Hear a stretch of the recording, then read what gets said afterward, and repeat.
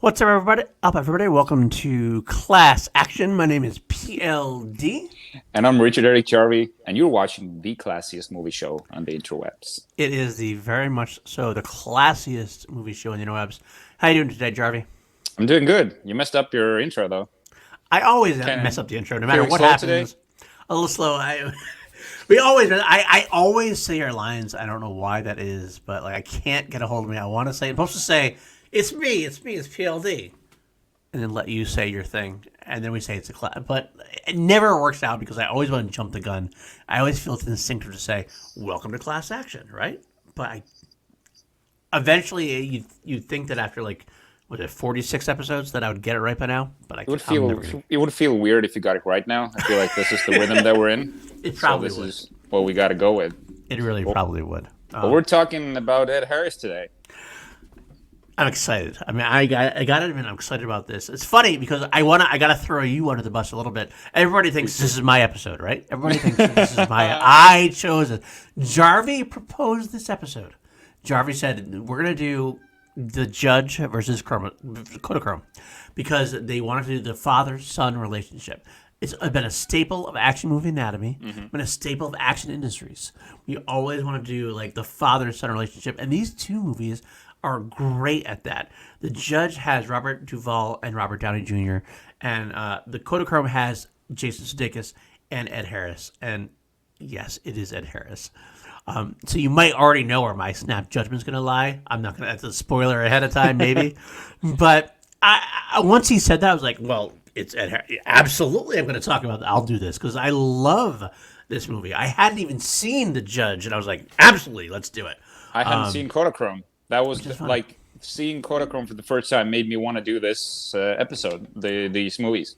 Yeah, that's right. You come to me like, I love this. I got to admit, what I love about recent times is that Jarvi has come to me in DMs and been like, dude, I get Ed Harris now.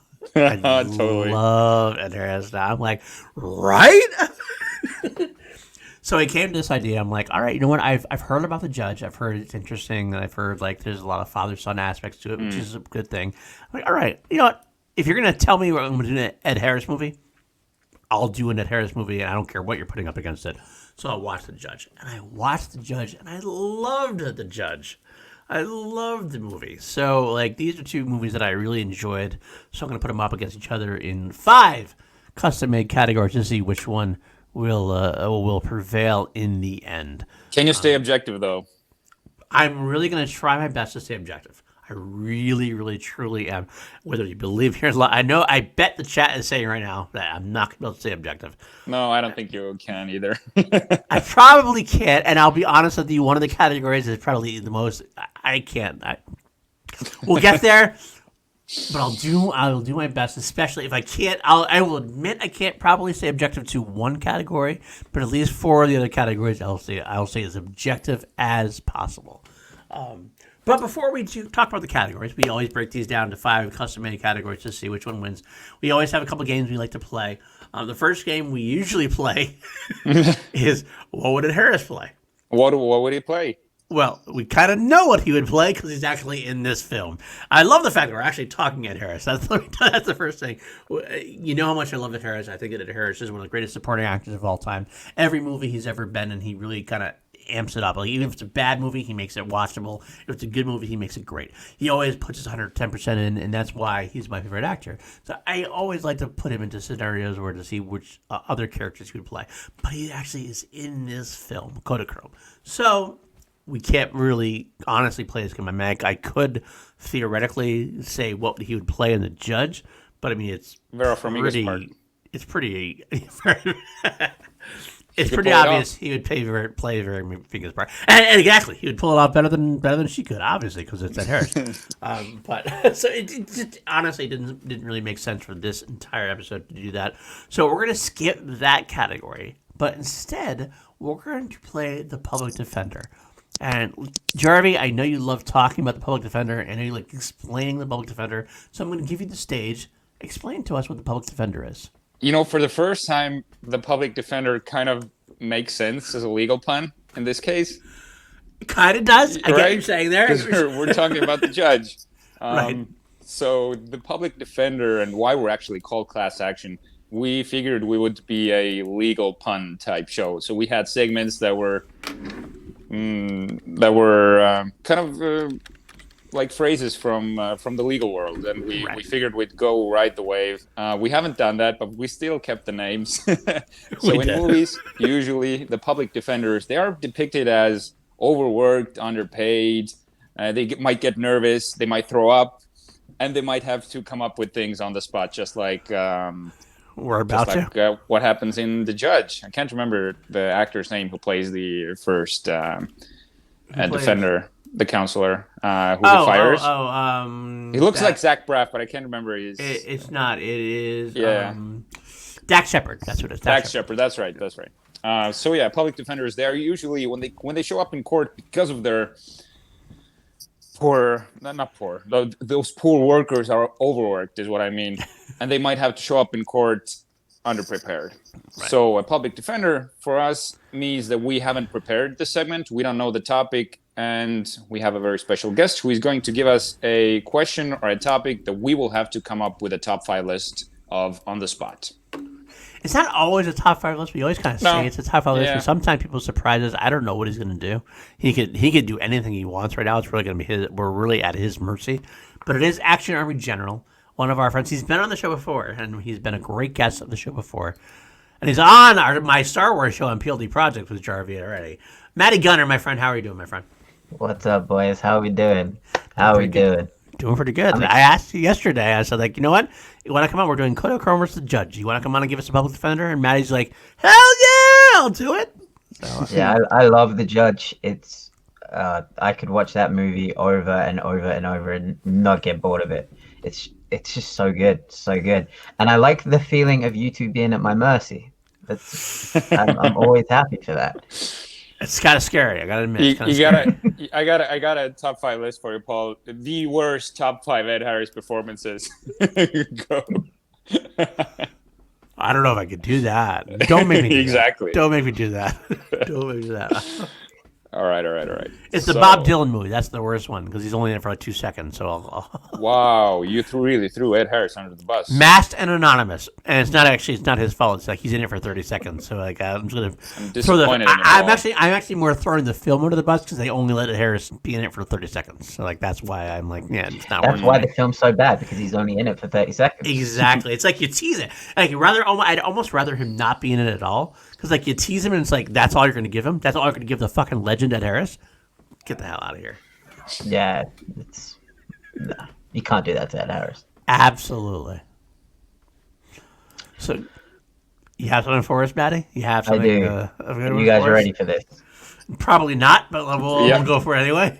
All right. That's the whole goal. Public defender for this episode.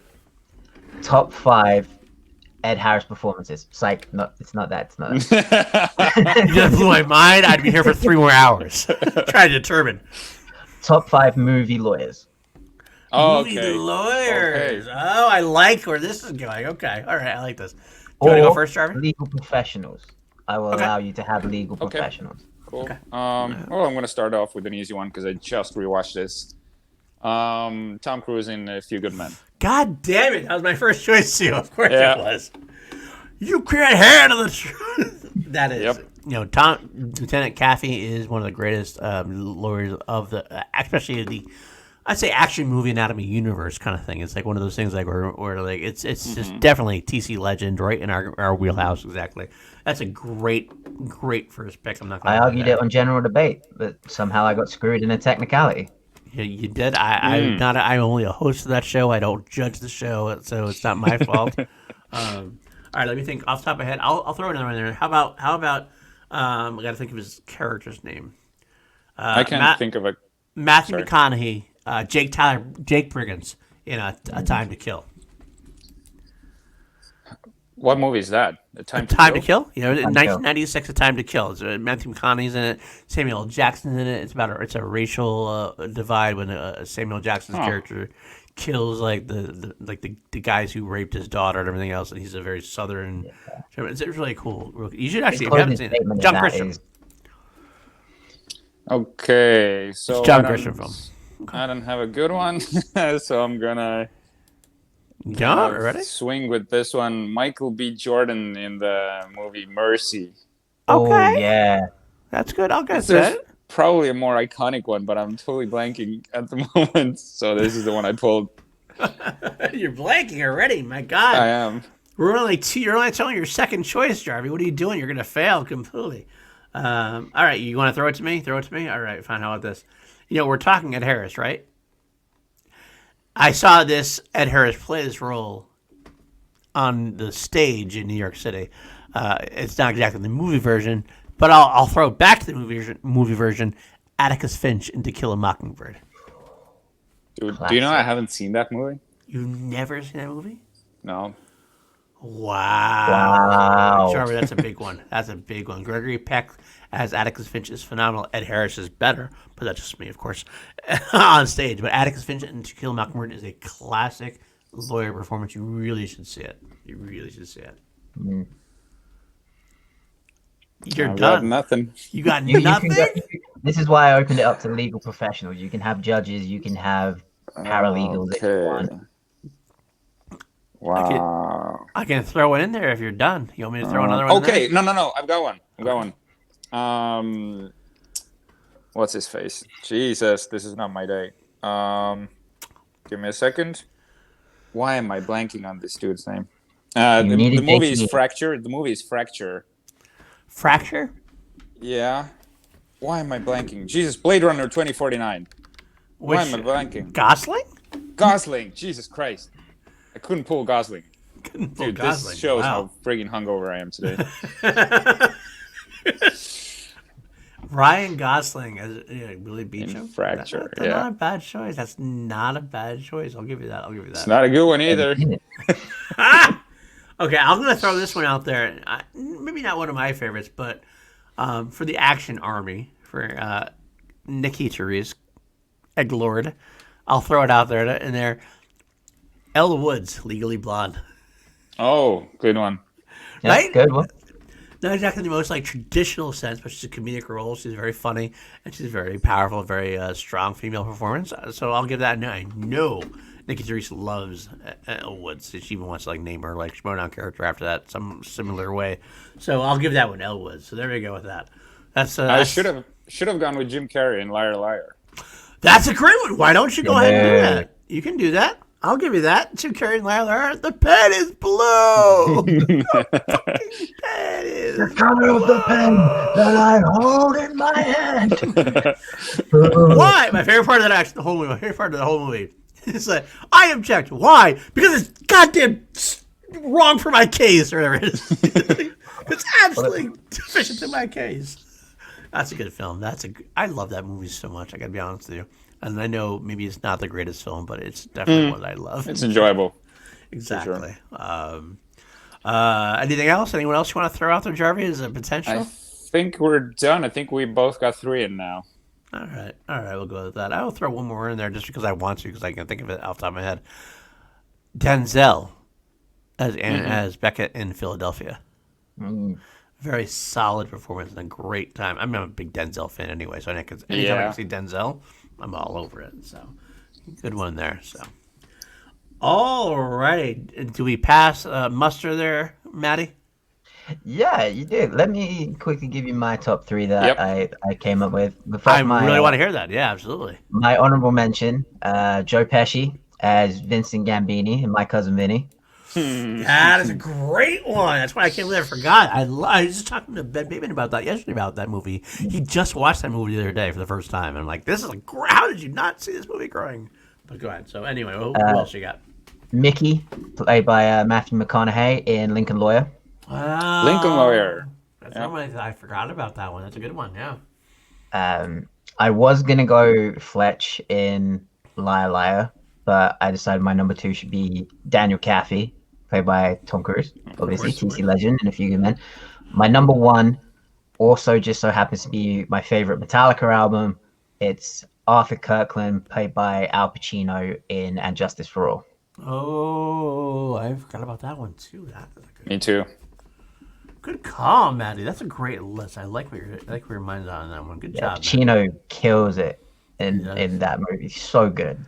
Speaking of Pacino, you can always go with Keanu Reeves and Devil's Advocate as well. That's another good choice. Anyway. Damn, I didn't think of that. Yeah, and there's another like off the grid movie starring Chris Evans where he plays like a punk type lawyer, sort of like this. And it's like he drinks, does drugs, parties, but he's like a good lawyer. Like a really weird movie, but based on a true story. Can't remember the name. Lawyer, Chris Evans lawyer. Google helps me out here. Is it Puncture? Puncture, that's the one. I don't think I've never seen it, so I don't know. I've seen it. Yeah, it's a weird movie, but it was pretty cool. That's a movie I'm gonna have to take a look at because I very untraditional type of lawyer. I love Jarvi's taste, so I'm sure that I'll actually probably appreciate it as well. But Maddie, thank you so much, my friend. Thanks, I appreciate buddy. you coming on for Thanks, Public Jed. Defender. It's always a pleasure. And you always give us some good questions and good conversations. So if you want to see Matty Gunner again, actually we've been doing on PLD Products, my own YouTube channel, we've been doing some Mandalorian reviews. And I think we're going to continue doing a Star Wars show. We kind of like last minute decided, like we just reviewed the Mandalorian season finale, and myself, Richard, Maddie, and Bador have talked about continuing some kind of Star Wars show. I've kind of touched base a little bit, not sure where it's going to go, but we want to continue talking about Star Wars because we love talking about Star Wars. So keep a look for that. We'll continue with that as much as we can. But for now, Maddie, I appreciate you. Take care of yourself. Thanks for being on the show. And I salute you. We will see you next time. Thanks, bud. Hey, guys. See you later. Where can the folks find you? Where can the folks find you, Matty? You guys can find me on Twitter at Matty Gunner, on Instagram, Matty_Gunner, and every Wednesday and Sunday at 1 p.m. Eastern, 1 p.m. Pacific on the Wild Jones Podcast Network, talking MMA, boxing, kickboxing, all combat sports. Perfect. All right, my friend. Take care of yourself. We'll see you next time. Salute. All right. Bye. All right, Jarvi. Let's see where we're going. We're going to move on now to our 5 custom-made categories. I will give you the categories first, and then we will go into our snap judgment, which is more about you than it is about me at this point, because we know where I'm going to lie. I'm not going to lie, because we are talking about, once again, the judge, Robert Downey Jr. and Robert Duvall. I love that you pulled a poster that has art written on it. Yeah, I know. It's the best one I could find. I could download. So you pulled like... Right. All good. Just putting you on the spot here. I know. It is what it is. Versus Kodachrome, Jason Sedakis, and, of course, my boy Ed Harris. So Don't forget Elizabeth Olsen. And we're going to get into that as well. We're going to get into Elizabeth Olsen as well. But first off, the categories we decided were, number 1, better father. And not necessarily as in like who's a better father, but who's a better character as the father. Robert Duvall versus Ed Harris. Exactly. Better son, Robert Downey Jr. versus Jason Sedakis. Better romantic interest, Vera Farmiga versus the aforementioned Elizabeth Olsen. Better score and soundtrack. They both have different. That's actually one of the few that's different. This is my category. This is definitely Jarvi's category. I mean, I love it too, but this is Jarvi's category. And finally, 5, better resolution, better climax, better way the whole thing shakes out, so to speak. But of course, what we do on this show is we do a little thing called snap judgment, because quite frankly, a lot of times we've done this show and we think it's going to go one way. And then after the categories are all laid out and we go through them, it ends up going another way. So we thought it'd be interesting from the get-go to go, what do we think is going to happen? And do we prove our snap judgment right or wrong? So in this case, go ahead. You seem like you're chomping at the bit, Jarvis. Yeah, so go ahead. This is a weird thing with the snap judgment. I'm totally gonna discuss it with you on the show, on the spot. Oh wow, I love this. Let's air it all out. Let's do it. Is snap judgment a little anticlimactic? I know we're not always right, but we're sort of giving away some of the fire, or already revealing some of our choices. Isn't that the case, though? I guess, in a way, yes. I mean, well, let's talk about it, because we started. I know this is good TV television. Definitely, go behind the scenes. A little how the sausage is made. We actually talked about snap judgment because there were plenty of times where we thought it was going to go one way and it didn't go that way. So, I mean, as far as I think probably our favorite example we always bring up is Ready Player One versus Tron, we both thought one way, and yet at the end of the day, we're like, wow, this is not at all what I thought it was going to be like. Yep. And that's happened quite a few times. There are times where a snap judgment is absolutely right because we are going to defend what we like about our films and go from there. I mean, I don't know. Do we want to? Are you going to tell me right now on air? Do you not want to do snap judgment for this one? No, let's do it. Let's do it. I'm just thinking, is it a little anticlimactic when it comes to the show and us finally rendering the judgment? I guess maybe that's a question for the chat. So, like, be totally honest. Do you want to hear us do snap judgment or not? Well, in the chat, if you ask me, or chat, if you're watching after the fact, in the comments, let us know if you like the snap judgment or if you want us not to do the snap judgment.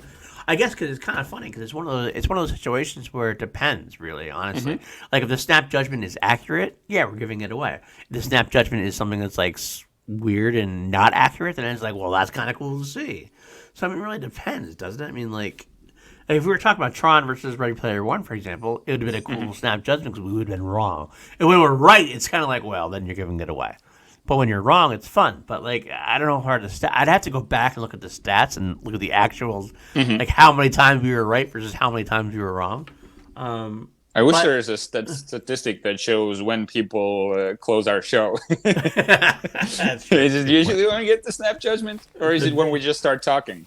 Is snap judgment the way? Is snap judgment the way? Oh, we know now. We know what the final answer is going to be. I gotcha. All right. Well, we will talk. We'll continue to talk about that behind the scenes after the show's over. For sure. We'll see if we want to do it. But for right now, we'll throw it to you, Jarvi. What was your initial impression on where your snap judgment would lie? Which film is it? The Judge. You're going with The Judge. Yes, sir. Okay. It's more important to know what Jarvi's snap judgment is because obviously if Ed Harris is involved, I'm going to lean that way. But even with that in mind, I did love The Judge. But yeah, you're not wrong. My snap judgment is Kodachrome because I love Kodachrome that much more. And it's because of Ed Harris. But we'll go into that. All right.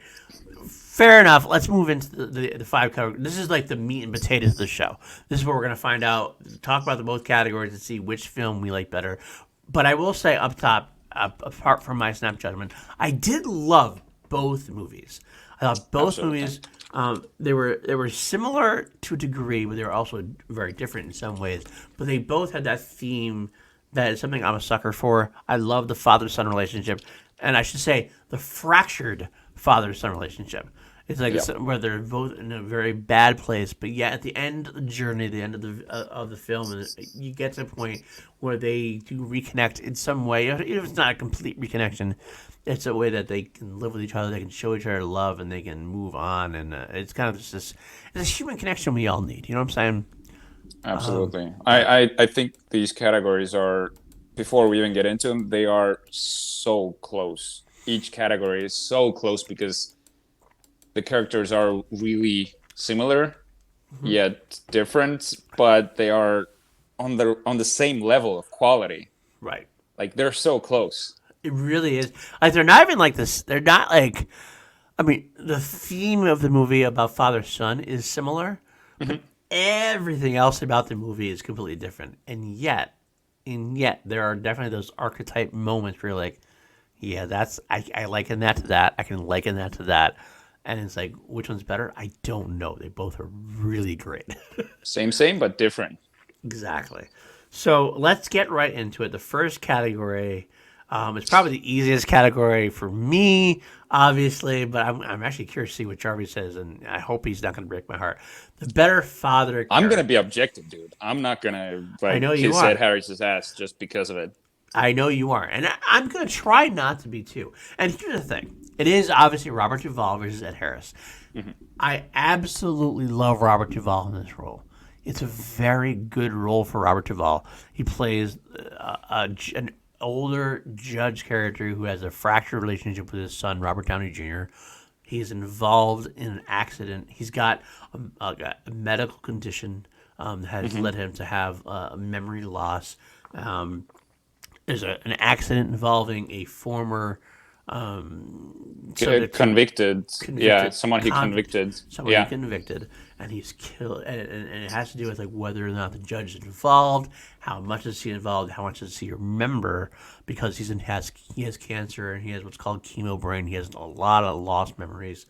So it's a very deep role because you have to deal with the stature of the character, the relationship with Robert Downey Jr., the relationship with the family, like Vincent D'Onofrio and D'Onofrio. I can never say his name right. D'Onofrio. Yeah. Vanessa. Exactly. Vanessa from Daredevil. I love him. I actually loved him in The Cell. It's the first movie I ever saw him in, and it was Jennifer Lopez. It's a great movie. You should really take a look.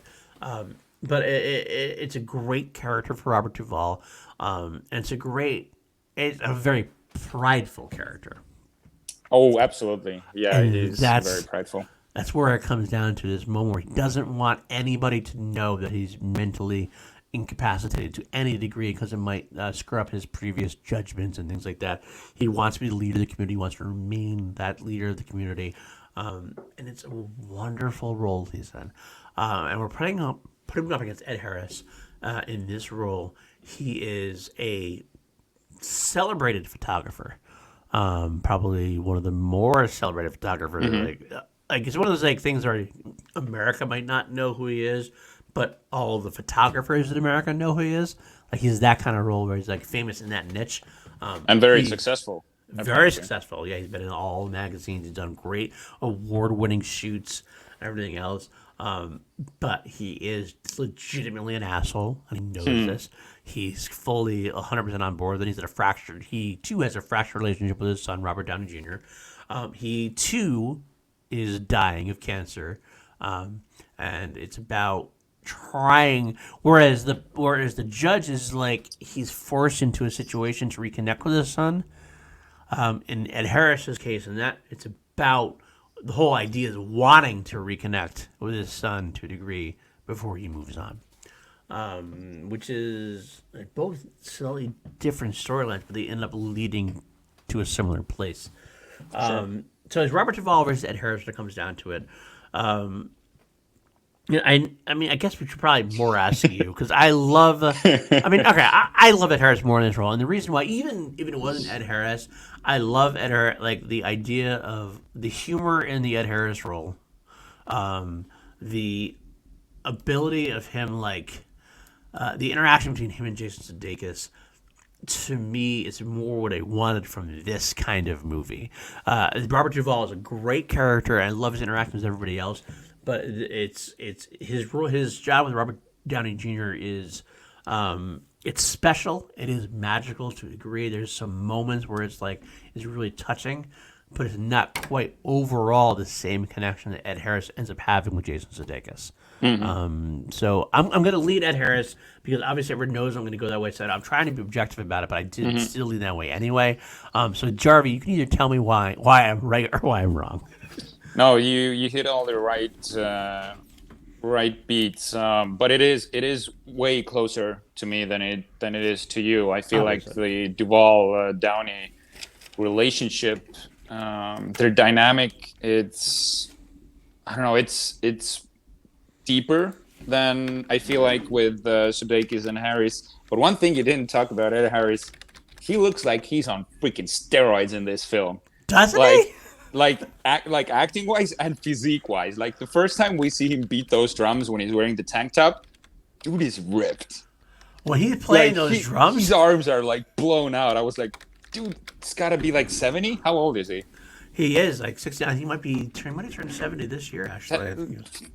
And I had Ed Harris never struck me as an actor who was in shape. Sure, he's a slim guy, but never someone who would be ripped. Today's actors usually they got good physiques, but Ed Harris never struck me as a guy. So in his 70s, to find out that he looks like that was amazing.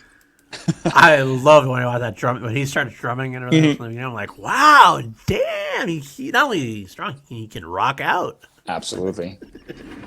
So, yeah, and he plays this cocky, out of tune father, but at the heart of it, he has his reasonings, and when we find out why he's like that, I think that the movie will get to resolution. But it's just what you say every time about Ed Harris. He gives his all. He's he even gives more than his all. He's 110% in this movie. This role by Ed Harris, I gotta say, he's one of my top guys now. Like I could see myself put him into my top 10 actors of all time. And not to say that this is his greatest role in Kodachrome, but something clicked in me that he did in this movie. You know so what I'm going to pick Ed Harris over Duvall as well. But what I loved about what I not hard to say loved about Duvall's scene, because that is a very tough scene to watch. But Duvall has a scene where he's in the bathroom, he's having trouble, he falls.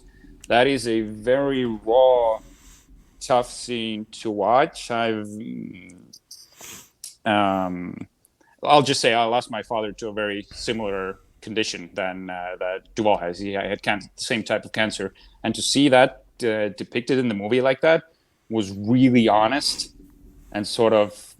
But so I gotta commend them for going there, because it's a tough scene to shoot and to watch, and it really got to me. But I'm still going with Ed Harris, because I feel like he was. I don't know, dude's a rock star in this. Like, Duvall definitely is the more authoritative figure. Like, he's the judge, but Ed Harris is a freaking rock star in this movie.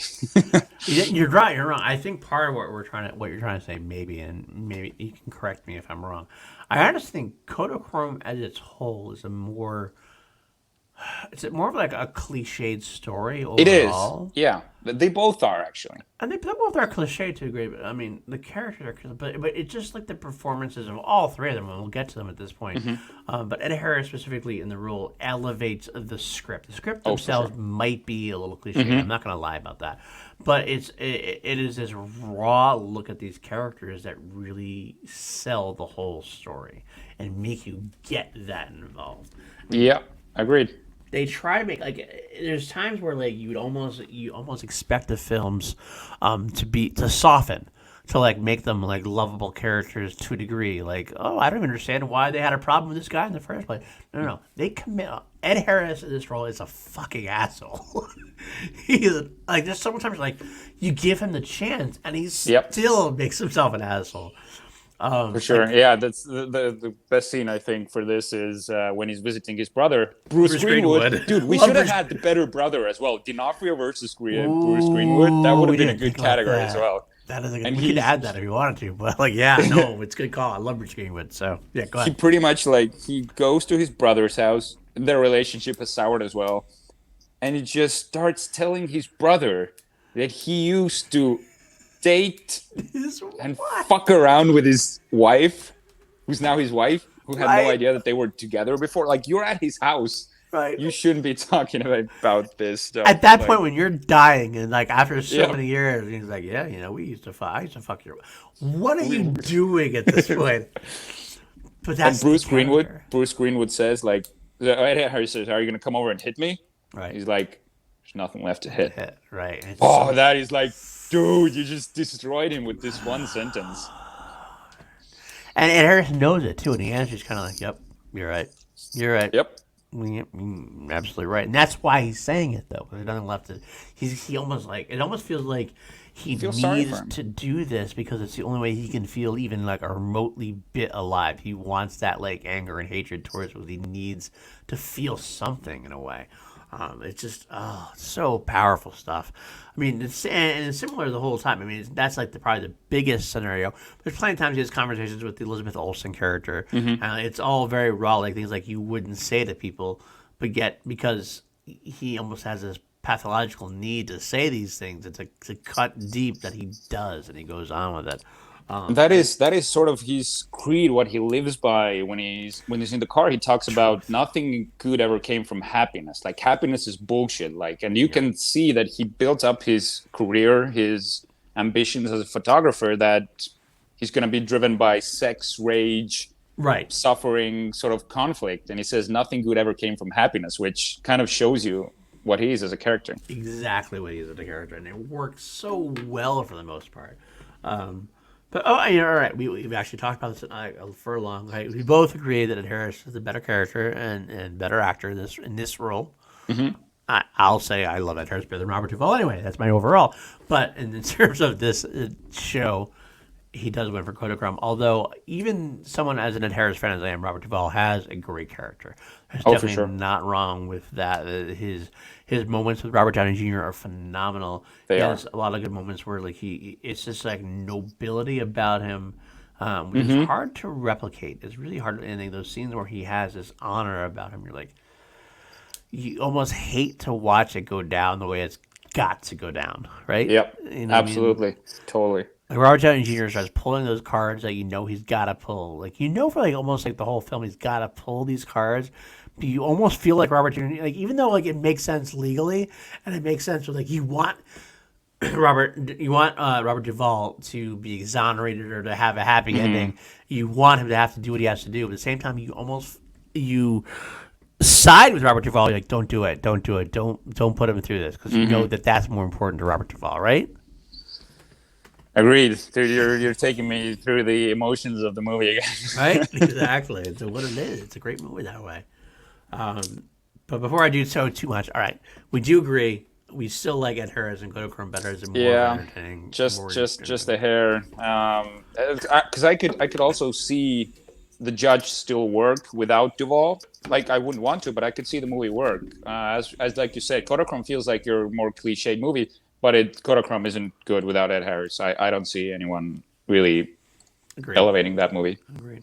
And there's that scene in there where he does, and I guess because Ed Harris is so strong in this role, and he's so strong with the bitterness. We talked about how much of an asshole he is, and how much of that character he bites to feel. It's important to do that because it makes the turn, the moments of that he does let you in, it makes those even more poignant and even more touching. Like because he does it very like when he's like in his prime. Like the one thing I mentioned, it's kind of in the trailer, but I still feel like it's one of my favorite parts of the movie.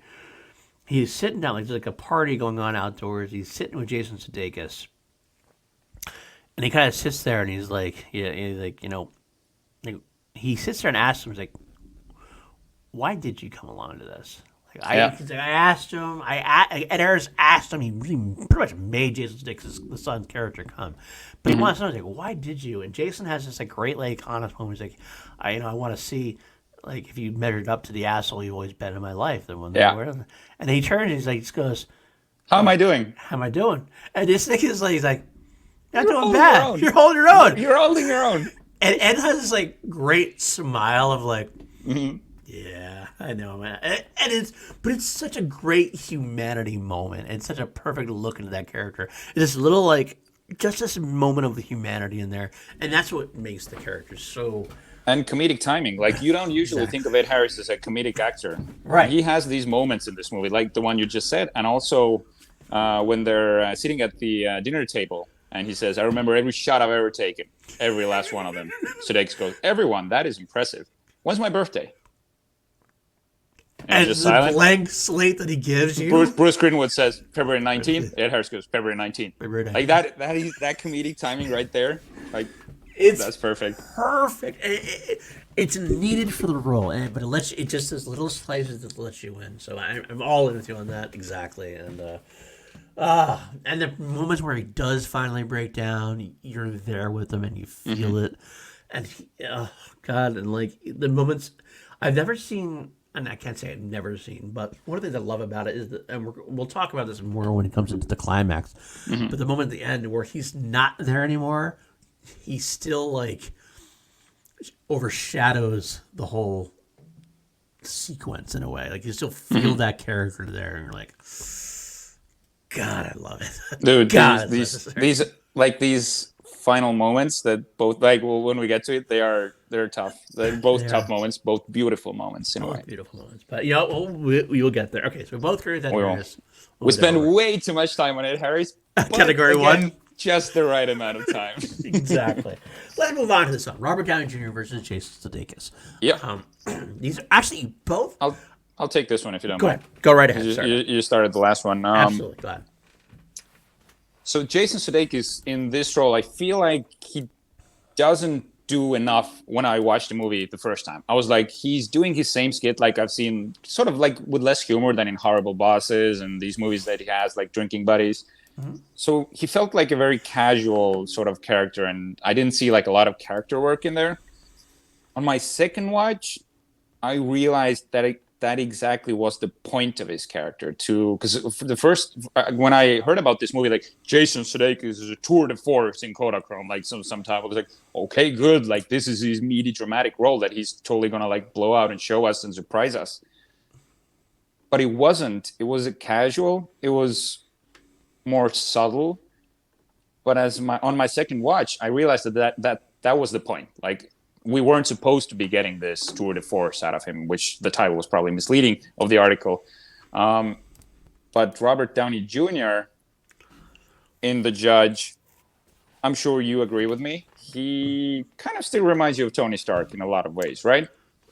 Right. So yeah, and he does his thing, but once you sort of get into his character and you start seeing past Tony Stark, you can see that there's a lot there, and I want more of these types of movies from Downey.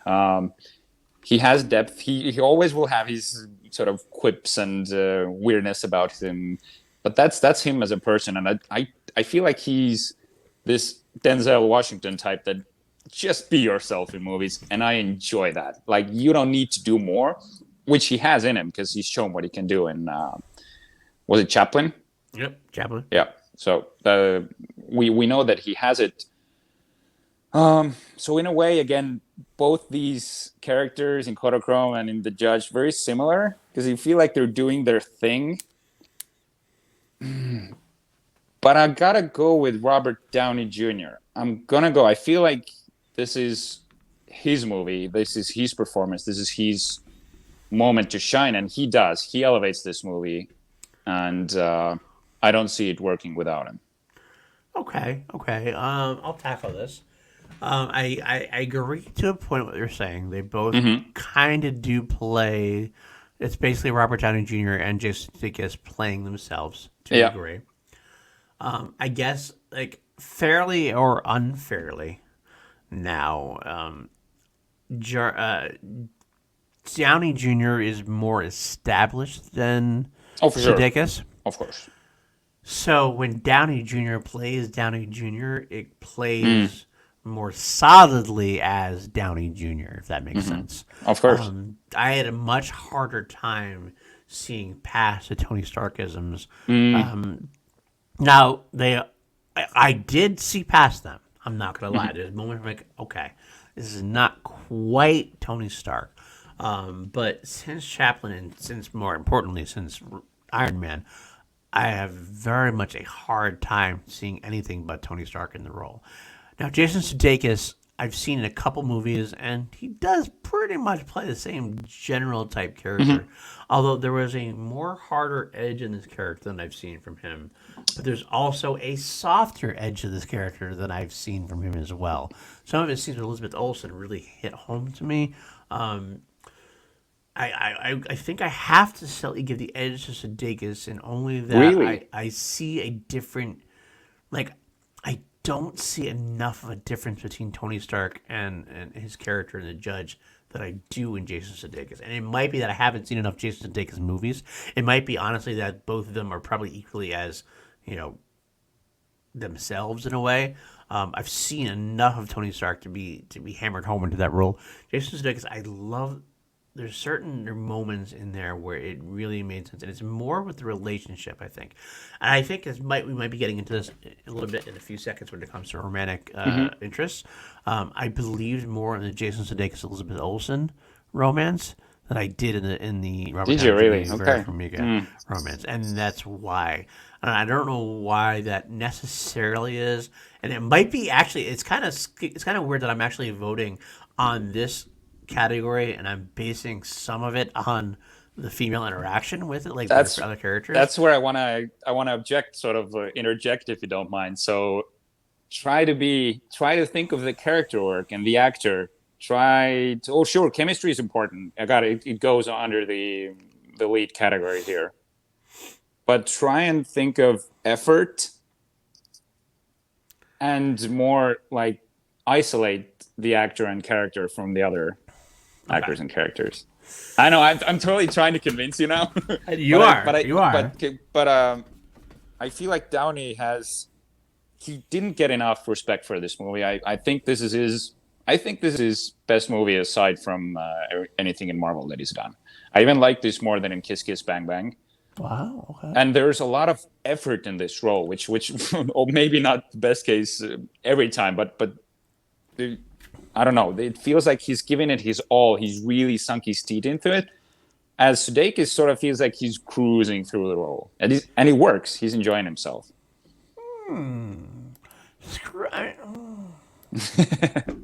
No, you stick to your guns. I feel like I gotta. No. I'm trying to live in your thoughts. I'm trying to live in that and trying to feel that. But and it might honestly be like a snap judgment kind of thing. But I feel like I can't get out of the fact that I still never felt like it was more than Tony Stark playing a lawyer. Whereas the Jason Sudeikis role, I felt like I understood his character more. And like this guy who, I mean, Robert Downey Jr. He is the prodigy lawyer. He is the prodigy guy who's so smarter than everybody else, and he's going to do everything. Whereas Jason Sudeikis is more relatable to me.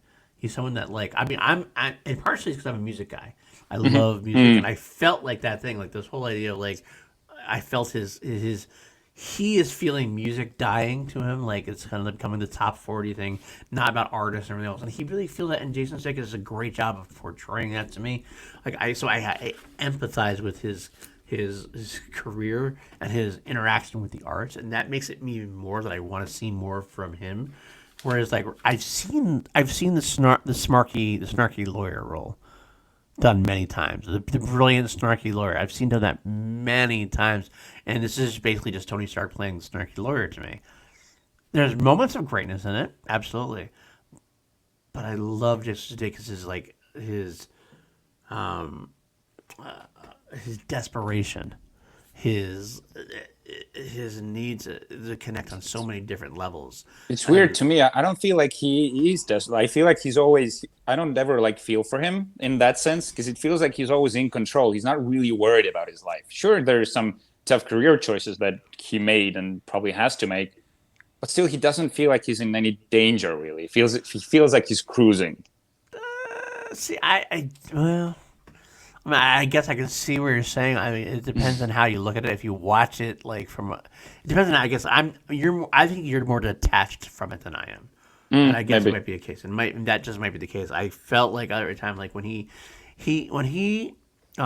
basically tells the spare sevens to go fuck themselves. Yeah, like it's that moment of like I'm choosing my asshole father, my asshole family over my career, which is up until that point had been everything to him. His career, the music business, was everything to him. And he made that moment, and he had this like realization on his face, and it was this great performance from him. And I'm leaning towards Sedakis, and I think this is where Robert Downey Jr. It hurts the character that is Robert Downey Jr., and that's hard for me to say because I love Robert Downey Jr. I love the character, and I think Robert Downey Jr. is a great actor. But sometimes when you have such a distinct role as Tony Stark, it's hard to see him as anything else.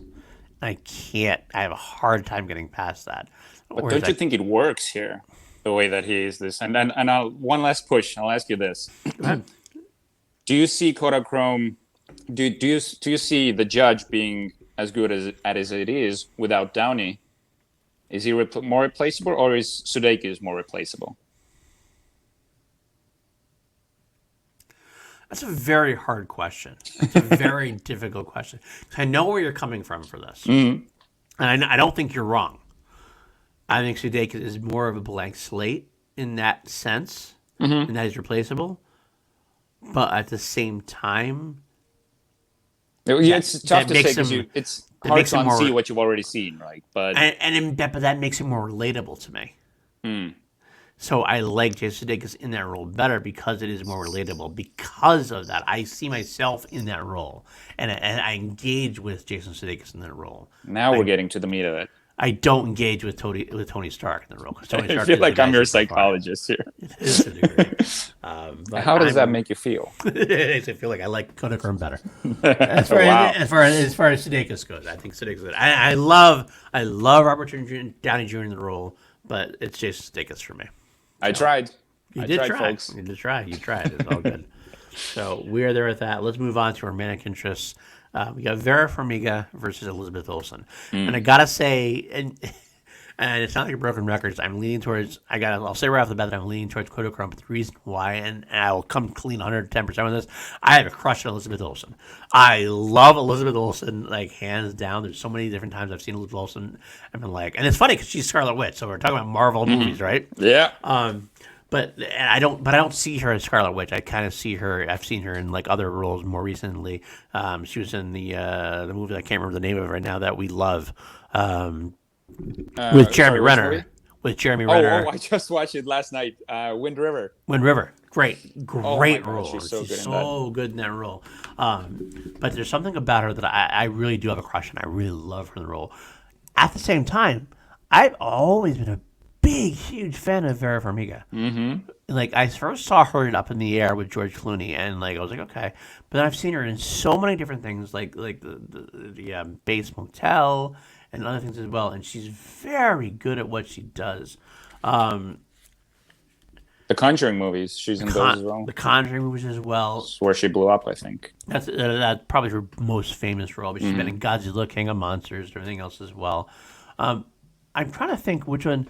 I do think like it's kind of funny. Like, I think Elizabeth Olsen is the more lovable role, even though she's kind of quirky. She's kind of like energetic. There's something like a little bit off about her in a good way. Yeah.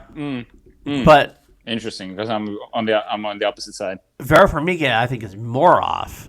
She's this very quirky character in that, and in that way, she's almost more like appealing. Because she's so unique, you kind of want to see her more. Like, who is this girl? She starts telling you stories. You're like, oh, she is relatable. When she does let you in, it's like, it's this great moment of being let into that kind of character. But Elizabeth Olsen does have that too. This whole thing, like, she has this whole history of pushing people away. And she cheated on her man. Like you find out like this whole thing. Oh, he cheated on you? No, I cheated on him. That's why you don't want to love me because I'm an awful person. And it doesn't really go too far into that. Yeah, they should have given her a little more. A little more. It is a weakness of the film where like you feel like you want to know more about. They give you the little touch of that, in order for her to go away, to get her out of the way, so that Ed Harris and Jason Sudeikis can have their one-on-one bit, so to speak. All right, I'll throw it out there. I'm going to give it to Vera. Wow, you surprised me there. I do. I love Elizabeth Olsen in that role, but there is a weakness there that I understand. That's a snap judgment thing. I actually, legit, if you told me before, I'm giving it to Elizabeth Olsen. Yep. I do like her character. I love Elizabeth Olsen. I do love a lot of what she does, and especially like the sequence with the music, the bit about like, I love that scene with her and Jason Sudeikis in his bedroom. They start talking about like music and like live, and then later on she starts singing the live song. Oh, that's such a good moment, and it's such a great moment, right?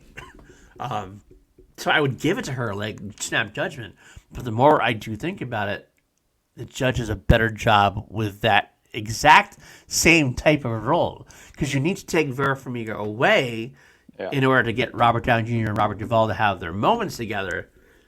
But I think the judge does a better job of putting them back together and connecting them. Except for, I will say the judge is one thing, and I said this in my review, and it's a weird thing. I don't think the love child angle needed to be there at all. No, dude, I thought it was friggin' funny. It was funny. I thought it was funny as hell. It was funny, but it seems so unnecessary. Like, really? What does that do to the story at all? Like, what does it add to the story except for like this weird? All right, so we see Robert Downey Jr. hitting on his maybe daughter. Yeah, but which not hitting, like made out with her. They like full on made out, and that's what I loved about. Like, sure, it wasn't necessary, but this differentiated the judge from other legal dramas. Or it's hard to say legal drama because there's more drama than legal part in that, but it gave it like some spiciness that you're like, holy shit, they went there. Like, is that like incest that I'm watching? But it's like But then they it's defuse it distracting. later. It's distracting though, and it has a very little payoff. What's the payoff? Oh, it wasn't you, it was your brother. And that's it. Oh, okay, we can be happy together now. It just seemed like it was kind of like, well, that's what we're building towards. The whole thing that they're doing is built towards that climax. Oh, okay.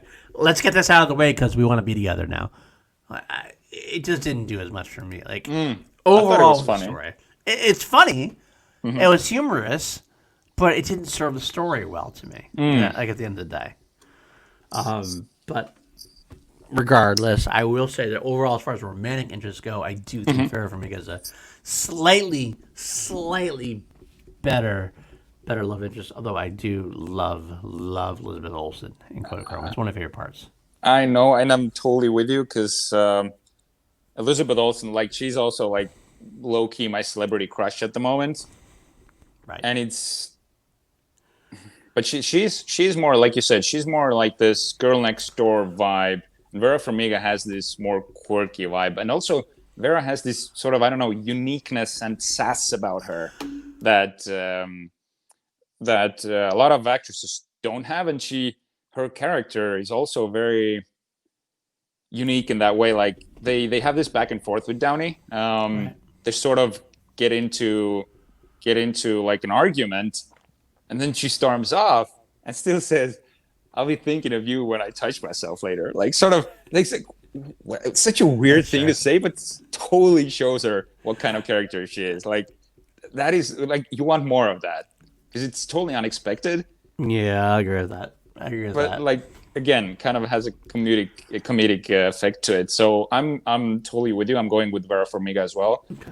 Although I do love Elizabeth Olsen, and I feel like her chemistry with Sedakis is there, but I feel like she wasn't given enough in this movie, and that's exactly what you said as well. Yeah, and that's really what it is. I do. At the end of the day, I'd rather be with Elizabeth Olsen. But that is another that is an interesting question. I don't know if I.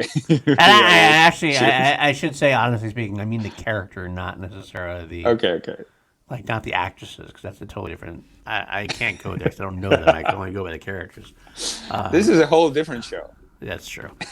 Who we gonna date? But yeah, I will give Vera Farmiga the nod for now.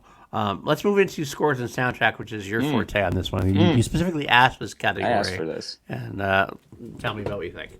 This is where these movies differentiate the most, I feel like. Kodachrome has this sort of analog man in a digital world approach to it, and the music shows it as well. It's there is a score to the movie, but on Kodachrome, I definitely focused on the soundtrack, and it glorifies rock music and photography and like how great the good old days were.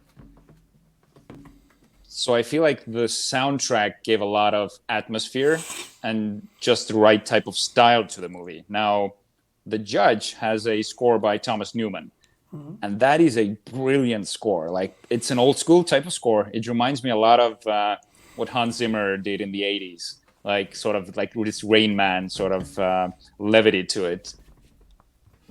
And again, I'm going to stress how important the music and the score is to a movie. And I feel like in The Judge, Thomas Newman raises it up the bar. And The Judge's score is actually on my like scores and soundtracks playlist. I listen to it daily, and it just gives me this. It really, I freaking love it. I feel like Thomas Newman is like slowly becoming one of the greatest movie composers. He has a very unique and awesome style to him. I'm gonna give this to The Judge, but I do love the fact that Kodachrome went to like the old school route and sort of focused more on the soundtrack. But I can't look past The Judge's score and Thomas Newman. All right, I feel like this one is like, I'm looking at you, I am the mirror of you in a way. I am giving it to Kodachrome, and part of it is because I am a rock and roll guy. I played music before in my life. I played a lot of guitar. I had a band at one point and everything else. And that's why I empathize with Jason Sudeikis' character to a degree. I like Thomas Newman's score in general. I like Thomas Newman as a composer. But the other day, I almost feel I kind of felt it was forgettable. I mean, it's good, but but I can't hum. I couldn't like hum it to you Really, right now. I could hum it. If I could sing, I'd hum it. Right. I mean, it's not. I remember liking it while I was watching it. But I'm a sucker for a well curated soundtrack, well curated play. I mean, there's some soundtracks that are not that good in terms of like, just kind of throw whatever songs they have on there. But there's certain moments where I loved watching them put the score together, and I mentioned it before, even the live song. Where they come together and do the stuff. There's a lot of little things like that. They don't even use the song Kodachrome by Paul Simon. It's kind of funny. There's music moments in there where I kind of feel like I'm engaging with a true artistry. And it's about, and exactly what you said, it's analog versus digital. It's this whole like old school mentality. And it works so much. And Kodachrome uses a soundtrack as almost like what I mean. It's like a character in the movie. The music is. Go ahead. Yeah. I'm sorry. Go ahead. No. That's because I'm interrupting you. That's no. That's exactly no. You're saying exactly what I said because I was about to say that we do a Star Wars show, and we talk about Star Wars, and I always talk about John Williams' score for Star Wars is like another character of the movie, and it's not very often you see that. But Kodachrome to me it's exactly that same type of feel. That little alt rock singer songwriter vibe is so important to the very fabric of the film. It's hard to show I think Ed Harris's character photographer, they want to show you the analog, the Kodachrome moments and everything else. It's not as easy to show visually in terms of the movie, but you can get the similar feel by having that soundtrack the way it is. And it works so well as a moment of the movie that I feel it associates more with the movie than the Judge's score by Thomas Newman does with the Judge. So I have to give it to Kodachrome for that very much. I can picture almost anybody else. I shouldn't say anybody else, but I could picture somebody else filling in for Thomas Newman, doing a fine score and doing well. But it doesn't change. Like the score doesn't change my view of the movie. It doesn't get me into the movie anymore. Like you listen to it on its own, that's fine. It's great. The Kodachrome soundtrack helps me get involved with the story more, if that makes sense. Yeah, exactly. We're mirroring because this is everything you're saying is what makes the Judge great for me. The score, the style, the atmosphere.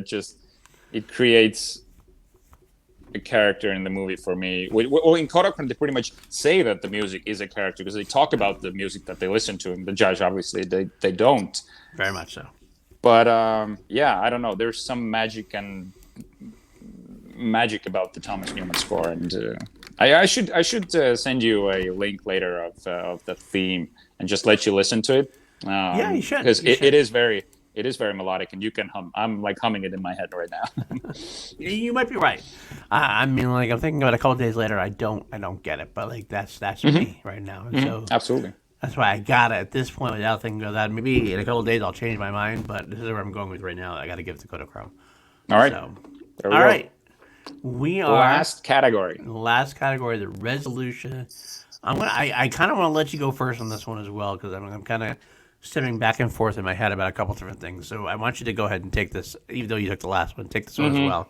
This is a tough one, like because they're so similar with some minor differences, but they're both very hard hitting in different ways. They are almost identical in some ways because at the very spoilers, at the very final moments we see both these father characters die, and I'll say this: I feel like the Judge has more of a, for lack of a better word, a more glorified death scene. They're on the fishing boat, they're talking, and Duvall tells Robert Downey pretty much like, "You're the greatest lawyer. Yeah, you're my favorite lawyer." Something that he asked him before. And moments after that, he passes.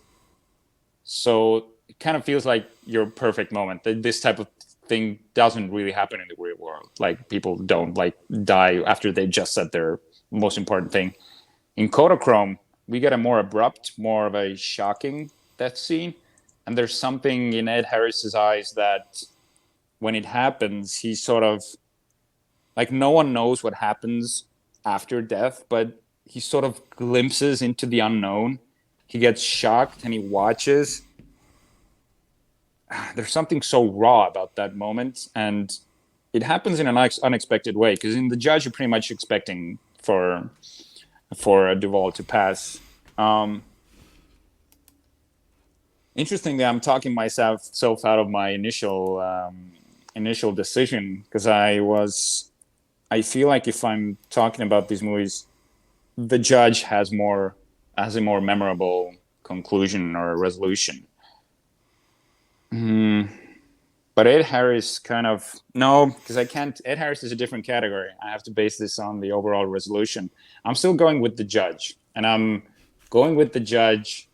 I totally talking against my point here. Kodachrome has a more realistic resolution, but when I'm watching movies, I want more magic. I don't need stuff to be realistic, and the way Duvall passes is something that hopefully, like, this is how this is gonna sound so horrible. This is how a parent, when they pass, this is how it should happen. Let's say doing what they love, talking about their love together, and it's beautiful, it's magical. It still hurts, of course, but there's this magic to it, which is why I'm giving this to the Judge. I'm going to try to talk you out of it still. I'm going to try to talk you out of it. Try. It is completely Kodachrome for me, by far. The Judge's ending to me is one of the weakest parts of the film for me. Really? And I'm not saying it's not good. I'm just saying compared to a lot of things. Like, and exactly what you say, it's too perfect. Like, he goes to jail and commits, and, like, he does the time. And it's like, it loses a little bit of the immediacy for it. Robert Downey Jr. then comes back. They get him out of jail, and he comes, and Robert Downey Jr. is supposedly this, like, newer character 8 months later, and they have this moment, and exactly, he's like, "Oh, you're the greatest lawyer I ever knew." Dies. It's too easy. It's too easy. To me, the resolution of Kodachrome is he gets what he needs. He gets the Kodachrome film and everything else. And he dies. It's not even Ed Harris at this point to me, honestly. It's the moment where he gets the film and he brings it back. And it might be predictable, and that could be a predictable thing to a degree. I mean, I'm not going to lie. There's definitely some predictability to it. But Jason Sudeikis plays it so well for me. He starts, like, he got a hint of the scene in the hospital where Ed Harris talks about, like, how his favorite moments in life, despite everything he's ever said to the contrary, was the few times, like, he fed his kid at night, he fed Jason Sudeikis at night, and, like, hung out with him and, like, laid with him on his chest. And you realize the whole time was about getting this film done, about this interest he took of his family. And it's all about, he wants Jason Sudeikis to do this show for him. And it doesn't matter what the show is. It doesn't matter if it's in front of millions of people or just in front of him. And he puts the cameras in the film. And the moment where he sees, like, I'm about to cry. Like, Jason Sudeikis sees, like, that first shot is of him and his mother. And it's so beautiful to me. That, like, it's so raw. It's so raw. That, like, it's so wonderfully deadpan played by Sudeikis. There's not a lot that he gives. It's just that little hint of, oh my God. Oh my God. And Elizabeth Olsen comes in and, like, you can even say that's cheap and that's, like, they don't give it enough credit, where, like, she comes in, like, well, there's no, it's a safe ending to have her come back without really solidifying the relationship. But it's necessary to watch them together and watch Jason Sudeikis, like, finally see that, like, this is what the whole film is about, is that Harris is trying in the only way that character can to show how important the relationship was. And it's so much better than just saying, "You're the son I never had," or "You're the greatest lawyer I've ever been." It's this visual sense of, this is what this entire movie has been about. This is what the entire journey has led to. How can it not be more important than just saying, "You're the best lawyer I've ever seen in my life"? Like, those are words. And actions are so much more important than words to me. And that visualization of it gives me everything I needed. I'm crying thinking about the Kodachrome thing. Whereas the Judge, I'm like, it was nice. It was a nice ending. Oh, that's kind of cool. That's kind of cute. I give this to Kodachrome 110%. 110%. I know what the score is, so my hat is off to you for fucking going all in on this. I know how much you need this. And bravo, like, you convinced me. Yeah, right? Like, well done, PLD. Well done. I got a single man tear coming down a little bit this point. It's what it is, man. I don't want to agree with you because I know the score now. But you are correct. You are right. And yeah. I'm really seriously having a hard time finishing up this entire conversation right now because like it's that important to me and that important to me. So, but okay. It's true. You are right with the score, and I wasn't doing that to make that happen because it is truly how I feel about the film. And I read some of the reviews, and they didn't like it. They said it was schmaltzy. They said it was.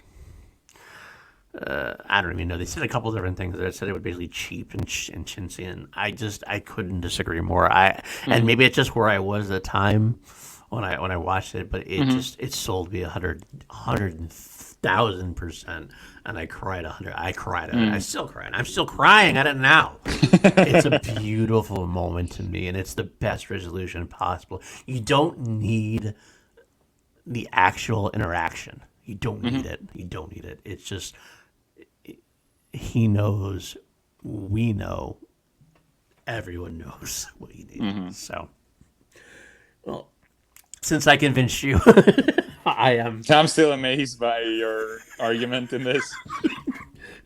Performing Oscar-winning rewards. Well done. Right there. Well done. Like, it is what it is. And after I convinced Judge Jarvi, it is true. The winner of this match is Kodachrome, 6-4. It's a hard-fought victory, and I will say 110% you should watch The Judge because The Judge is a phenomenal movie on every different level. It's a beautiful from start to end. Even the things I've said negatively about it, it's not negative. It's more just in comparison. Yeah, no, you got to compare them. Exactly. It's a comparison thing in general. Exactly. Both these movies are 4.5 stars out of 5 for me. Yes. Almost perfect movies in that regard. 100%. So, and I'll say, like, if me and Paul have convinced you to, we'll probably rewatch it because if you're watching this show, you probably don't want to get spoiled. If you want to rewatch the movies after watching this, like that's made my day. Like, if you're rewatching this, just leave it in the comments. That will like mean the world to me if I know that we convinced you to rewatch the movie. Or even watch the movie for the first time in a way. Yeah, That's exactly. As well. DM you, leave a like, leave a comment, subscribe, DM me. Let me know that this changed and everything else because I really would love to hear other people's thoughts on it besides our own. But I think that's where we'll end it now. I think anything else beyond this would be just ridiculous to go on to. Richard, where can the folks find you? You can find me on Facebook and Instagram at Richard Eric with a K Jarvi. You can find me on PLD projects talking Star Wars with Paul DiNuzio, Matty Gunner, and Pidor. We kind of have a pretty awesome team now when we're talking Star Wars, and we want to continue that. Probably do something more. Maybe even talk Thrones at some point. That could happen. Good. And as always, on Action Industries, on Class Action Weekly with Paul DiNuzio. You can find me here. Okay. I'm at Paul_DiNuzio on Twitter. You can find me on Action Industries. Both I produce for Ben and Drew on most of their shows, Action Guys, Action Unfiltered. I also co-host on the General Debate and Root of the Question, which is something we do in Action Industries. I produce for SCN Network for coming up next. I am also on Call to Action. We talk Schmodown, Movie Trivia Schmodown, and the aforementioned PLD products. Mandalorian Season 2 has ended, and it kind of feels kind of sad that we've ended now because we just feel like we found our groove with the team we've had with Richard, with Matty Gunner, who you saw earlier, and with Bador. We have had discussions. We probably won't have an episode next week necessarily, but we are going to be discussions about how to, because we don't know exactly how we're going to continue it without the Mandalorian to discuss. But I think we might continue Star Wars in some way, so keep an eye out on that. And of course, we also have like 10 10 Star Wars series coming, so I'm sure there's gonna be other stuff going on with that. Trailer reactions, is trailer what we could reactions, things like that, exactly. And yes, there was mention of a Game of Thrones watch along. I'm not sure how that's going to go, but probably us four, maybe adding Danny Ramirez because she's a big Game of Thrones fan as well. Love you, Danny. Danny, but love you. Yeah, absolutely love Danny. But otherwise, that's where you can find us. And I thank Ben Bateman and Andrew Guy. We give you a salute, giving us this little slice on the interwebs. Always a pleasure and an honor to represent the Action Industries brand and Action Army. And until next time, justice has been served. And of course, I don't remember, the court is adjourned. We love you. We salute you. Take care. Have a good day. I gotta find the thumbnail before it can end. So, all right, I'm do it now. The ending. Bye now. Happy holidays, everybody.